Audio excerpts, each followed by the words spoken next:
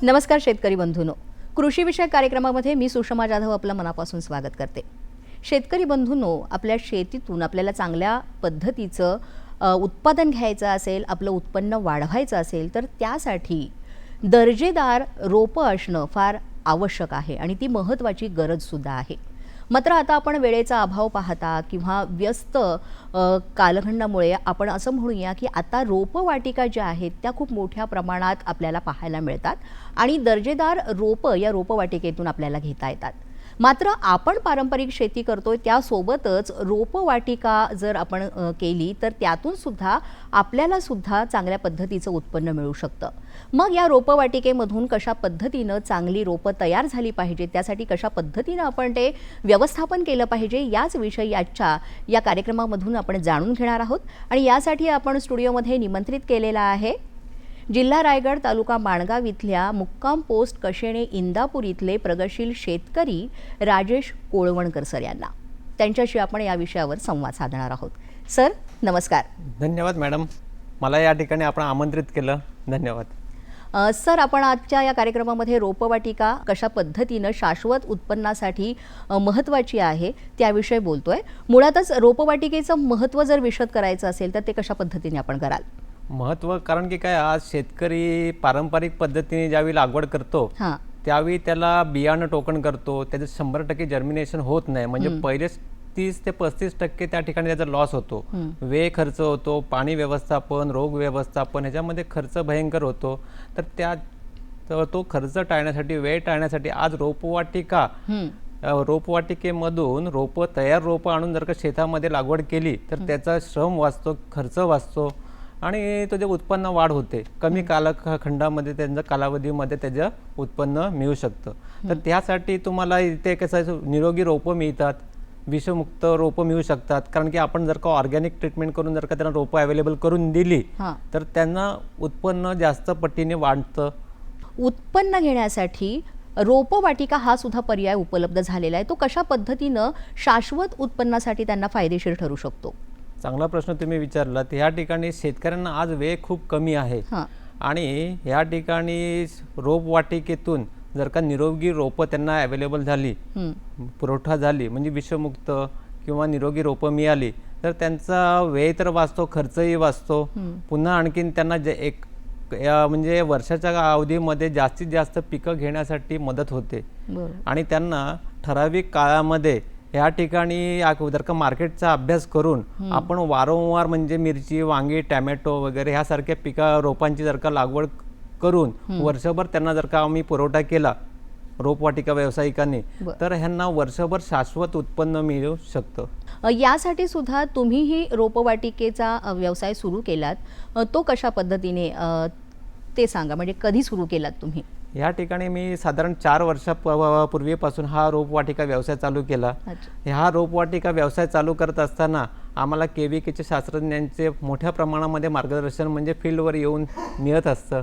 तर माझं शिक्षण म्हणजे सांगायचं म्हटलंच तर या ठिकाणी बाळासाहेब सावंत कोकण कृषी विद्यापीठ दापोली अंतर्गत केव्हीके कृषी विज्ञान केंद्र रोहा येथील जे शास्त्रज्ञ आहेत, doctor talathi sir, Manjrekar sir, Mandavkar sir, कारले सर यांचं त्या ठिकाणी माझं शिक्षण झालं।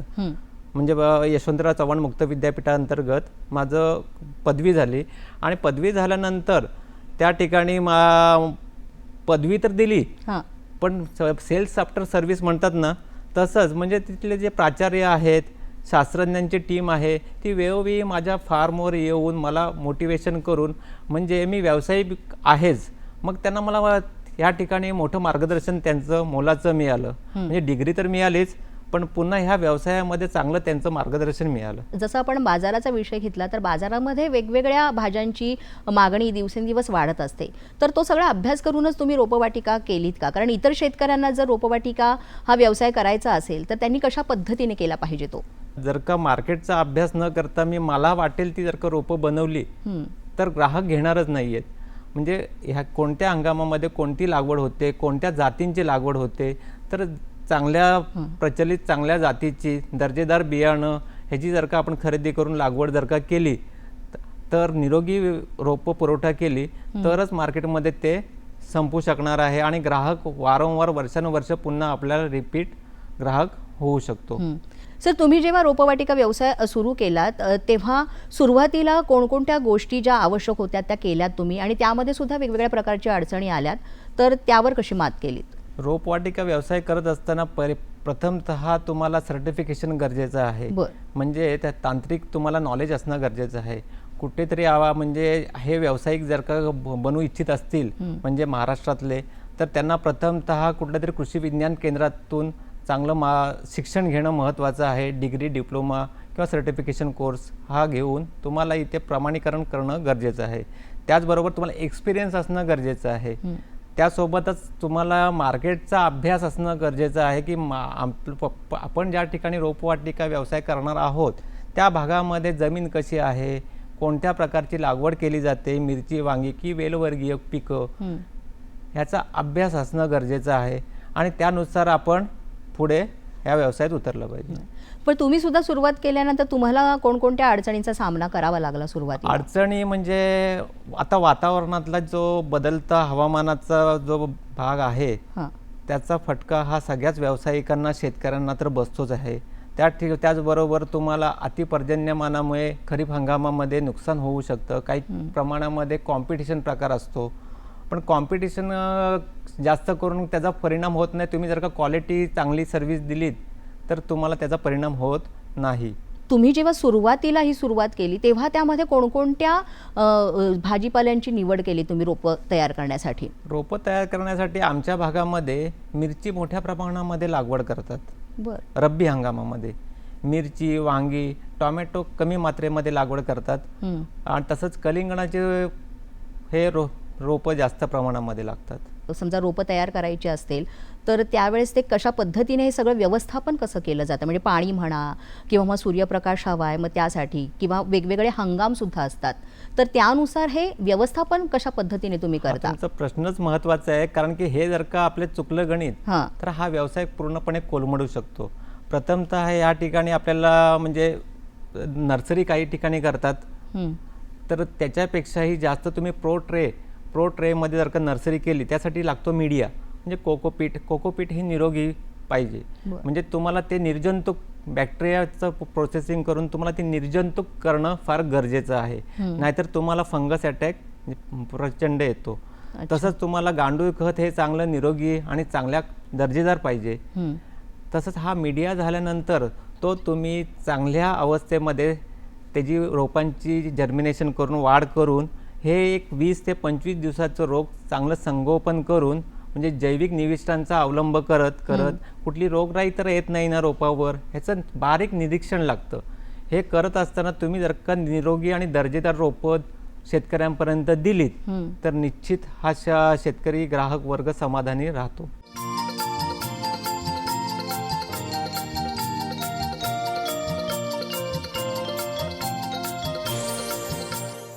एकूण तुम्ही किती प्रकारची रोपं आपल्या रोपवाटिकेमध्ये तयार करता, आणि त्याचा जर तुम्ही विक्रीचा विचार केला तर ती विक्री किती होते तुमची रोपांची? खरीप हंगामामध्ये आपण साधारण 100 ते 125 प्रकारच्या भाजीपाल्याची रोपं बनवण्याचा प्रयत्न करत असतो. कारण की कसं आहे, हायब्रिड वाण आणि देशी वाण, म्हणजे देशी आज बीज जे आहेत त्याचे रोपं तयार करून आम्ही शेतकऱ्यांपर्यंत अवेलेबल करून देतो. त्याच्यामुळे काय होतं, देशी बीजाचं सुद्धा संवर्धनाचं प्रमाण वाढलेलं आहे त्याच्यामुळे. तर ते करण्याचा माझा मानस असतो. त्या भाज्यांची नावं देखील काही वेळेस त्या शेतकऱ्यांनी किंवा आजूबाजूच्या लोकांनी ऐकलेली नसतात. म्हणजे वेगवेगळ्या प्रकारचे वाण आपण रोपं तयार करून देतो. तसंच ब्रँडेड जे आहेत नामांकित कंपन्यांचे बियाणं हे देखील, आता कंपन्यांचं नावं नाही आपण घेत आहे, पण ते सुद्धा आपण रोपं तयार करून देत असतो. मग ही सगळी तुम्ही म्हणता दर्जेदार रोपं तुम्ही तयार करता, मात्र ती गुणवत्ता टिकवणं हा सुद्धा एक खूप मोठा म्हणूया काम आहे. मग ती गुणवत्ता टिकवण्यासाठी कशा पद्धतीने तुम्ही काम करता, किंवा तुमचे इतर जे सहकारी असतील तर ते कसे काम करतात? गुणवत्ता टिकवण्यासाठी तुम्ही जर का रासायनिक स्प्रे वगैरे जर का घेतले तर ते कुचकामी ठरू शकतात. बाल अवस्थेमध्ये त्या रोपाचं अगदी बालवयामध्ये चांगल्या प्रकारे संगोपन करण्यासाठी तुम्हाला जैविक निविष्ठांचा वापर करणं गरजेचं आहे.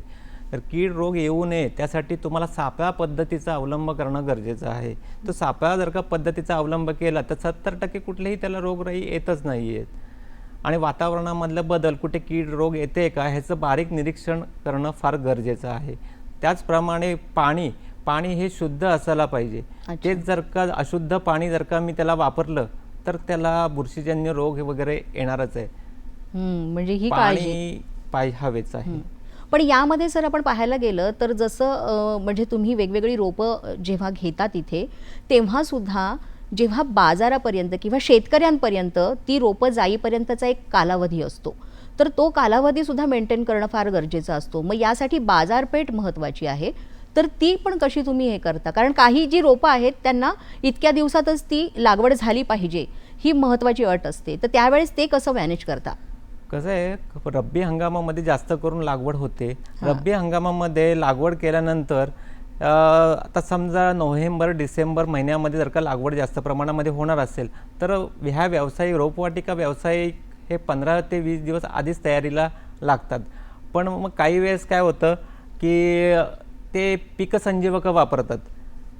म्हणजे जर का मी समजा 50 लाख 60 लाख कलिंगडाची रोपं तयार केली आणि मार्केटमध्ये काय झालं, उठाव नसेल, म्हणजे अवकाळी पाऊस पडला तर मार्केटमध्ये त्या रोपांना उठाव राहत नाही.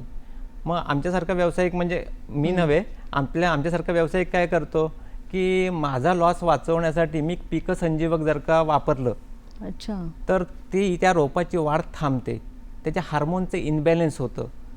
आणि ती जर का रोपं शेतकऱ्यांनी जर का लागवड केली तर त्याचं निश्चितपणे आर्थिक नुकसान होतं. शेतकऱ्यांनी डोळसपणे कुठल्या नर्सरीतून चांगल्या पद्धतीची रोपं मी घ्यावीत हे त्यांनी ठरवायचं असतं. म्हणजे नुसतंच रोप दिसलं असं नव्हे, ते निरोगी हवे, पुन्हा कुठलंही पिकसंजीवक फवारलेलं नसावं. कारण की काय, आता जर का पिकसंजीवक फवारलं असेल कलिंगडसारख्या पिकामध्ये, माणगाव तालुक्यामध्ये जास्ती प्रमाणामध्ये ह्या वर्षी नुकसान झालं कलिंगड पिकांचं. म्हणजे एकेका शेतकऱ्याचा 50 लाख 1 CRचं नुकसान झालं. त्याचं कारणं अशी आहेत, जर का एखाद्या नर्सरीमधून आपण रोपं घेतली, त्यांनी जर का पिकसंजीवक फवारलेली असतील, म्हणजे आता सांगायचं तात्पर्य एक उदाहरणादाखल सांगायचं झालं तर स्त्रियांना जर का म्हणजे गर्भनिरोधक गोळी जर का घेतली तर त्यांना म्हणजे अपत्य प्राप्तीसाठी थोडं अडचणी निर्माण होतात. तसंच जर का हार्मोनचं इनबॅलेन्स झालं, पिकसंजीवक जर का रोपावरती फवारलं असेल तर ते 90 दिवसामध्ये प्रोडक्शन तुम्हाला निघणार नाही आहे, सेटिंग होणार नाही आहे. म्हणजे रोपाची वाढ अनियंत्रित प्रमाणामध्ये होईल. अशी जर का समजा रोपं आली शेतकऱ्यापर्यंत तर त्यांनी प्रथमतः कुठलं तरी चांगल्या दर्जेदार एक हार्मोनचं इनबॅलेन्स झालेलं आहे ते बॅलन्स करण्यासाठी स्प्रे घेणं फार गरजेचं आहे. म्हणजे शेतकरी तर वाचलाच पाहिजे, त्यांनी तर लाखो रुपयाची रोपं घेतलेली आहेत. जसं वेगवेगळ्या अडचणी तुम्हाला आलेल्या आहेत तरी त्यातनं सुद्धा तुम्ही उभे राहिलात. एकंदरीतच यामध्ये तुमच्या परिवाराचा किंवा घरच्यांचा कसा सहभाग असतो? घरच्यांचा मानसिकदृष्ट्या सपोर्ट आहेच. तसंच आमच्या म्हणजे KVKचे शास्त्रज्ञांची टीम आहे, त्यांचंही सहकार्य आहे आम्हाला. शेतकऱ्यांचं सहकार्य देखील आहे. म्हणजे सहकार्याच्या बाबतीत काहीच अडचण नाही आहे.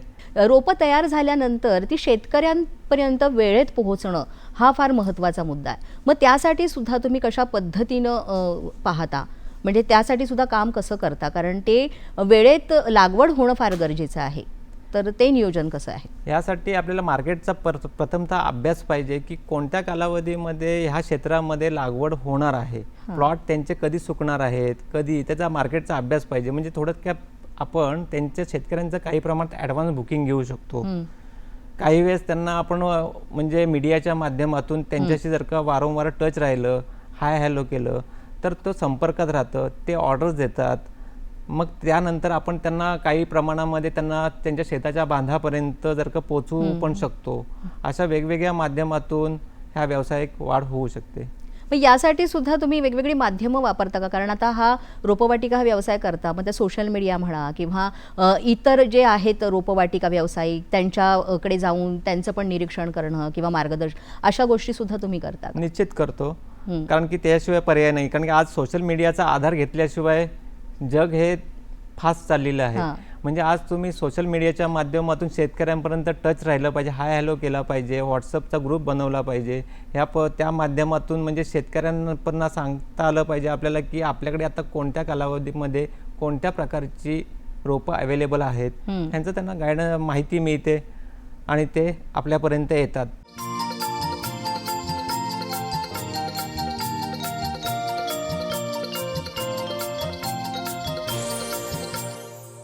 रोपं विकल्यानंतर सुद्धा तुम्ही कशा पद्धतीने सेवा देता शेतकऱ्यांना? महत्त्वाचा प्रश्न असा आहे तुमचा की आफ्टर सेल सर्व्हिस, नुसतं रोपं दिली म्हणजे झालं नाही. ती रोपं, निरोगी रोपं तर आपण शेतकऱ्यांना दिलेली आहेत, पण त्यानंतर त्यांनी लागवड केली, त्यांना फोनवर आपण एक कन्सल्टेशन म्हणजे काहीतरी आपण सल्ला देणं महत्त्वाचं आहे. तर ते वेळोवेळी जर का त्यांना दिलं म्हणजे तर ते अतिशय समाधानी राहतात आणि पुन्हा वारंवार आपल्याकडनं पुढच्या वर्षी देखील आपल्याकडून रोपं घेण्यास उत्सुक असतात.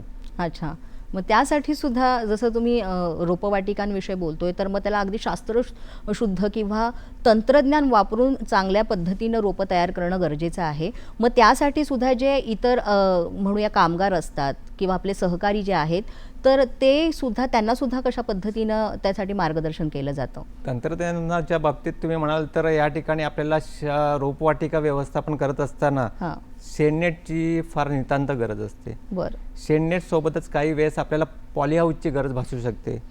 हे करत असताना आपल्याला तिथे तंत्रज्ञानामध्ये प्रो ट्रे महत्त्वाचा पार्ट आहे. मीडिया आला म्हणजे कोकोपीट आलं, वर्मी गांडूळ खत आलं, म्हणजे ते सगळं निरोगी गांडूळ खत आणि यांची तुम्हाला चांगल्या प्रकारे व्यवस्थापन करण्यासाठी रोगमुक्त रोपवाटिका करण्यासाठी तुम्ही सापळा पद्धत म्हणजे स्टिकी ट्रॅप चांगल्या क्वालिटीच्या आज मार्केटमध्ये मोठ्या प्रमाणामध्ये अवेलेबल आहे, तर त्याचा वापर करणं फार गरजेचं आहे. कारण की पिकं निरोगी राहण्यासाठी तुम्ही वारंवार त्यांना काहीतरी अँटीबायोटिक म्हणजे तुम्ही रासायनिक कीटकनाशक जर का देत राहिलात तर ते पुढे जास्त काळ टिकाव धरणार नाहीत. त्यासाठी तुम्हाला स्टिकी ट्रॅप आणि जैविक निविष्ठांचा वापर, जसा ट्रायकोडर्मा असेल, सुडोमोनास असेल, यासारख्या निविष्ठांचा वापर केला तर ती रोपं निरोगी राहतात आणि तंत्रज्ञानाला आपण जोड घेणं गरजेचंच आहे. मग तुम्ही सुद्धा तुमच्या रोपवाटिकेमध्ये जसं तुम्ही म्हणाल की रासायनिक खतांचा वापर टाळण्यासाठी जैविक निविष्ठ असो किंवा मग खत निर्मिती सुद्धा करता का? आता आपण आपल्या रोपवाटिकेमध्ये कुठलंही रासायनिक कुठलंही वापरत नाही.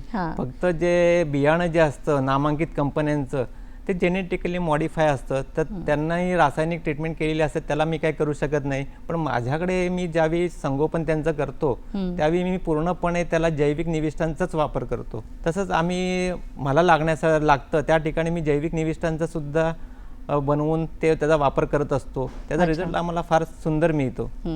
आपल्या रोपवाटिकेमधून शेतकऱ्यांपर्यंत रोपं गेल्यानंतर त्यांना अगदी चांगला उत्पादन त्यामध्ये मिळाले, तर असं एखादं उदाहरण ऐकायला आवडेल आम्हाला. ह्या ठिकाणी भरपूर असे काही मिरची लागवडची शेतकरी आहेत की त्यांना म्हणजे काही वेळेस माहिती नसतं की हे वाण ह्या ठिकाणी आपल्या मार्केटला चालेल का. तर काही वेळेस आपण विक्री करण्यापेक्षा मी एक मार्गदर्शकाची भूमिका, कन्सल्टेशनच्या भूमिकेत असतो. मी चांगलं जर का त्यांना मार्गदर्शन केलं, त्याचे फायदे समजावून सांगितले, तर रोपं आपोआप विकली जातात, विकावी लागत नाहीत. तर त्यासाठी ते दिल्यानंतर त्यांना जर का ती रोपाचं ज्या ठिकाणी 40 रुपये मिरचीला भाव मिळत असतो मार्केटमध्ये, त्या कालावधीमध्ये त्यांना 90 रुपये 95 रुपये भाव मिळतो. म्हणजे अशी नावं सांगण्यापेक्षा म्हणजे कळमजे सारखे शेतकरी आहेत, म्हणजे गावातले माणगाव तालुक्यातले बरेचसे शेतकरी आहेत, ते सगळ्यांचीच नावं घेणं काही शक्य होणार नाही. म्हणजे बऱ्याच शेतकऱ्यांना आपल्या रोपवाटिकेमधनं रोपं घेतल्यानंतर चांगला फायदा झालेला आहे आणि मग तशीच ती म्हणूया की इतर शेतकऱ्यांना सांगतात आणि आपल्या रोपवाटिकेमधनं रोपं घेतात. एकूणच तुम्हाला तुमच्या कार्याबद्दल पुरस्कारांनी सन्मानित करण्यात आलेलं आहे, तर ते सुद्धा कोणकोणते आहेत ते जाणून घ्यायला आवडेल.